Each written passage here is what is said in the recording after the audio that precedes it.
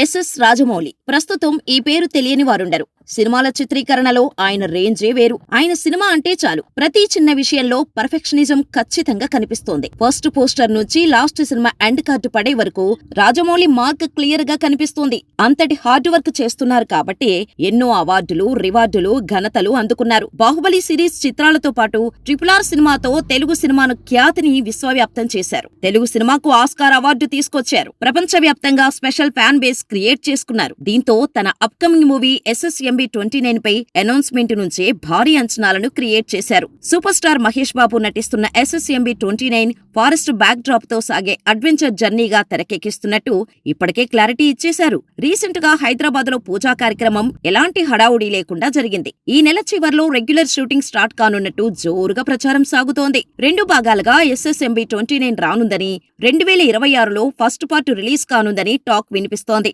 భారీ బడ్జెట్ తో KL నారాయణ నిర్మిస్తున్నట్టు సమాచారం. అయితే ఈ సినిమాతో రాజమౌళి మరోసారి 1000 కోట్ల క్లబ్ టార్గెట్ ను పెట్టుకున్నట్టు తెలుస్తోంది. కానీ జక్కన్న లక్ష్యం అది కాదని అంటున్నారు.